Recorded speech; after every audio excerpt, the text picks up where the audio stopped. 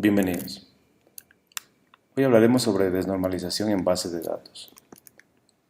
La desnormalización es un mecanismo que se utiliza con la finalidad de introducir redundancia en nuestra base de datos. Es el proceso inverso a normalizar que conocemos. Cuando normalizamos, tratamos de eliminar al máximo la redundancia que puede existir en la base. Cuando desnormalizamos, lo que hacemos es ir hacia atrás, introducir redundancia. Pero ¿cuál es la finalidad? Lo que se busca es mejorar los tiempos en las operaciones de consulta. Al desnormalizar, lo que hacemos es facilitar al motor que las tablas involucradas en una consulta se reduzcan. Implica, por lo tanto, descender a segunda o a primera forma normal. Implica, por lo tanto, un alto riesgo de que la base de datos pueda quedar en un estado inconsistente. Por lo tanto, es importante siempre tener presente que este mecanismo debe usárselo con mucho cuidado. Existen varias técnicas de desnormalización. 5 son las más comunes: combinación de tablas con asociación 1 a 1, duplicidad de atributos en asociaciones 1 a muchos, duplicidad de atributos en asociaciones muchos a muchos, inclusión de atributos derivados a calculados, atributos multivaluados o también llamados grupos repetitivos. Estas técnicas las explicaremos a continuación. Adicionalmente existen otras complementarias, una que tiene que ver con el particionamiento de tablas, que aprovecha las características de ciertos motores que permiten distribuir físicamente la información de una tabla en diferentes bloques o segmentos de datos que agilitan luego su consulta o su lectura desde el almacenamiento secundario. Otra técnica es el tener tablas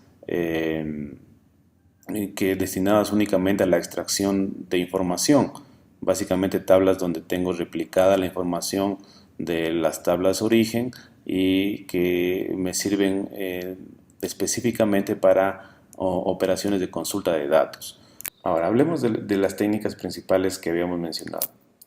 La primera, combinación de tablas con asociación 1 a 1. Aquí mostramos un ejemplo. Tenemos la tabla automóviles y tenemos la tabla motores. Entre estas dos tablas existe una relación de 1 a 1. Es decir, un automóvil tiene asociado un motor, y un motor puede ser instalado o asociado a un solo automóvil. Es una relación de 1 a 1. Supongamos que queremos realizar, o normalmente hacemos una consulta en la que extraemos la información de automóviles conjuntamente con el motor que tiene instalado el automóvil, como la que vemos aquí. Nos dice seleccionar el chasis, la marca, y además necesito también mostrar la información de la cilindrada del motor, desde la tabla automóviles y la tabla motores. Entonces, en este caso tengo una consulta multitabla que involucra dos relaciones. ¿Cómo puedo simplificar esta consulta? Hacerla un poco más rápida, reduciendo el número de tablas que se consultan, aplicando esa técnica llamada combinación de tablas 1 a 1. ¿Qué es lo que haría?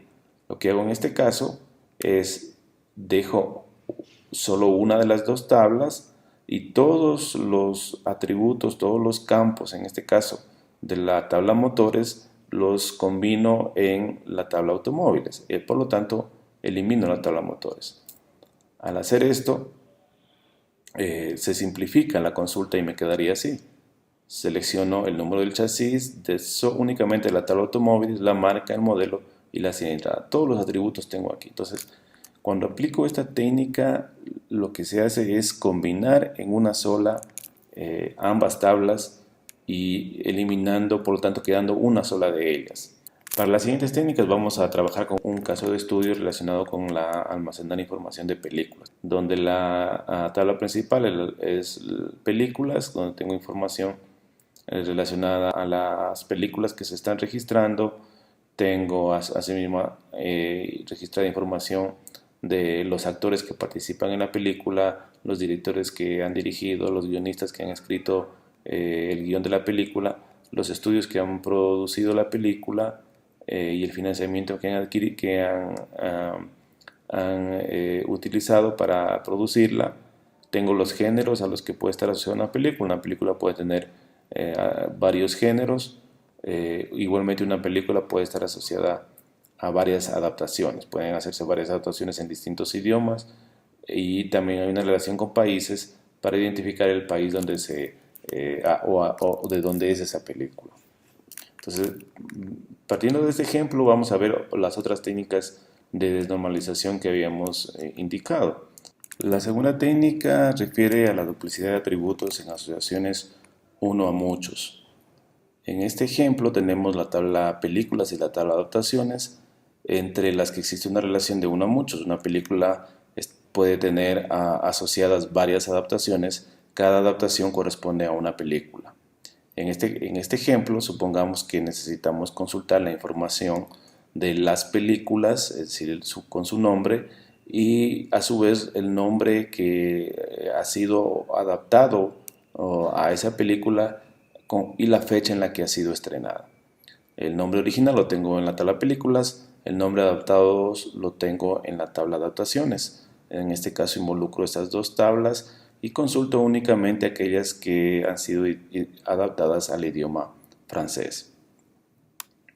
Entonces, aplicando la técnica, lo que se hace es duplicar atributos de la tabla que está en el extremo 1, las duplico en la tabla del extremo muchos. ¿Cómo quedaría en este caso luego de aplicar la técnica?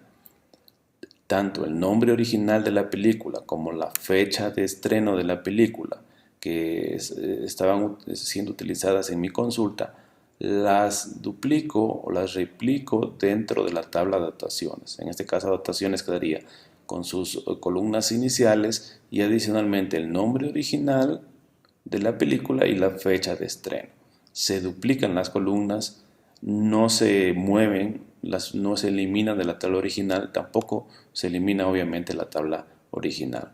Al aplicar esta técnica, lo que logro es simplificar mi consulta, y la consulta que acá ocupaba o que involucraba a dos tablas, acá simplemente va a involucrar a una. Y tengo todos los campos que requiero consultar dentro de la tabla adaptaciones.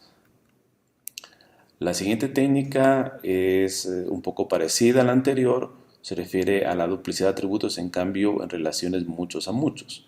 En este ejemplo tengo estudios y películas. Entre estas dos tablas existe una relación de muchos a muchos. Una película puede ser producida por varios estudios. Un estudio puede producir muchas películas. Por lo tanto, hay una relación de muchos a muchos que al resolverla en el modelo relacional implica crear una tabla intermedia, en este caso la tabla películas-estudios, donde tengo el ID del estudio y el ID de la película que ha producido, y adicionalmente el financiamiento que ha aportado cada estudio en la producción de esa película. Entonces, supongamos que tengo este reporte. Quiero listar los estudios y las películas que han producido.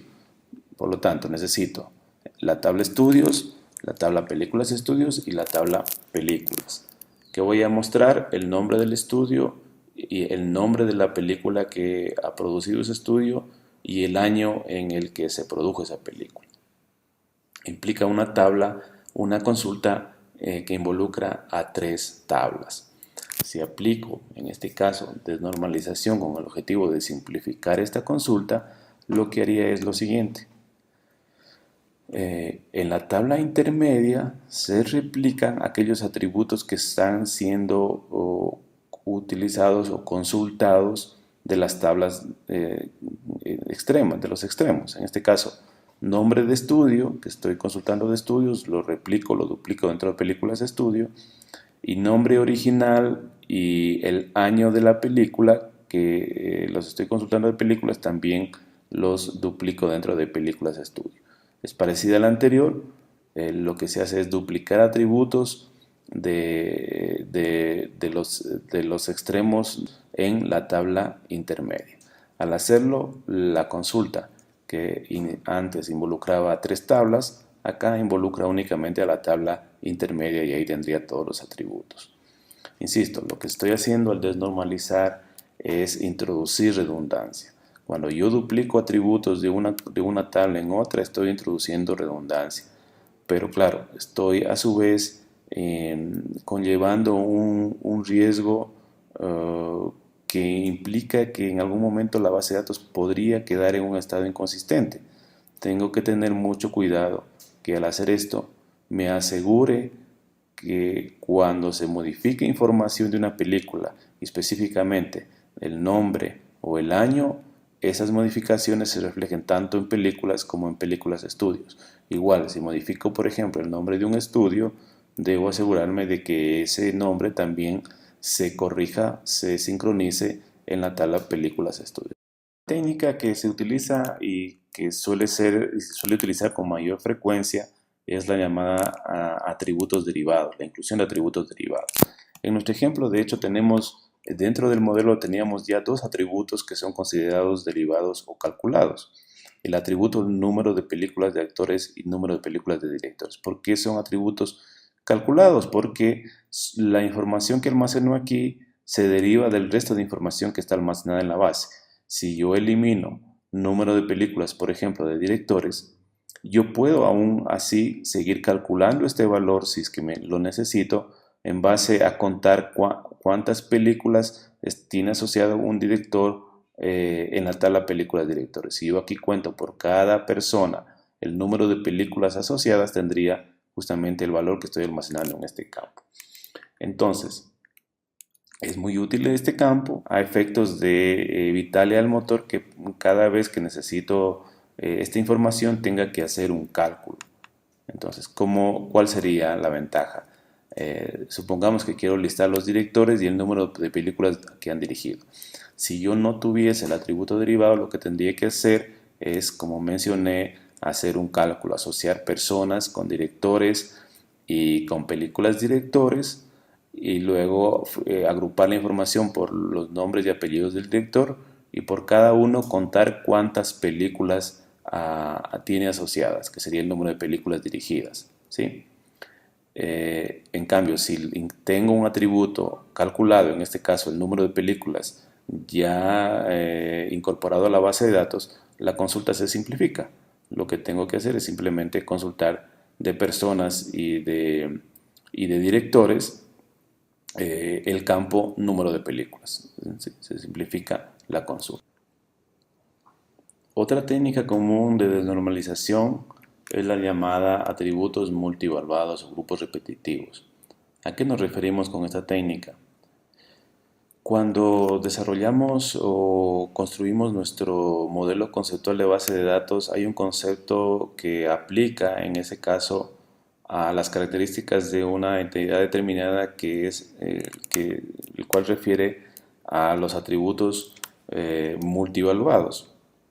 En este ejemplo, si yo me remonto al diseño conceptual, yo tengo la entidad películas y a la entidad películas, aparte de todo del resto de atributos, el ID, el nombre, el tipo de guión, etc., tengo un atributo que corresponde al género, es decir, a qué género pertenece esa película.